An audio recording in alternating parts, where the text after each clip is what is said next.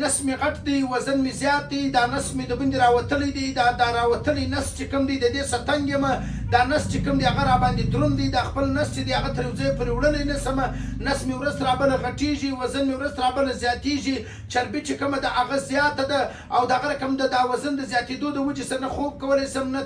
ناست ولاړ مې په تکلیف ده، تګ مې په تکلیف دی، ساه مې بنده کېږي. د دې دپاره بهترینه فارموله در ښیم، لاسي فارموله در ښیم، کورنۍ فارموله در ښیم، دیسي فارموله در ښیم، د ځانه سره نوټ کړي، صحیح د قلم کاغذ راواخلي. د دې څه مخکې الموی پاکستاني جامع ډربل سنټر کې ستاسو دپاره ستاسو خادم، ستاسو ورور، ستاسو دوست، ستاسو معالج ډاکټر حکیم مولانا مبلا منیب ستاسو دپاره بهترینه فارموله چې د هغه تیاره کړې ده تاسو یې ترلاسه کولی شئ. د وزن کورس ورته وایي، د وزن په کورس کې چې کوم دی ډېره بهترینه کپه هم شته، کپسول هم شته، شربت هم شته، یعنې په مختلفو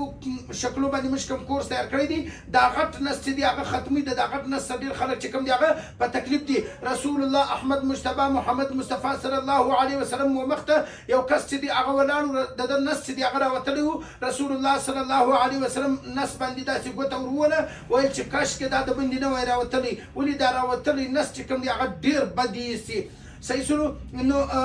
کورنۍ فارموله در ښیم، د ځانه سره نوټ کړي. 100 ګرامه به کلونجي راواخې،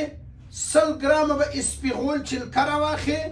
200 ګرامه به شاد راواخې، دا به ګرد سره ګډ کې، او دا به روزانه هره ورځ به سهار وختي په خالي نس به یوه چمچه استعمالوې. انشاءالله د الله په فضل و کرم سره ستا نس چې کوم دی هغه به داسې ننوځي، ته به ګرڅه دی نه وایه چې زما نس و که نه و، په شرط د دې چې دغه شان اورجینل وي. سپیغول چلکه شولی، کلونجي شولی، شهد شولی، دا درې سره شان چې کوم دی هغه زموږ په ټولو برانچو کې موجوده دي، ترلاسه کولی هم شئ، خاص اورجینل والا.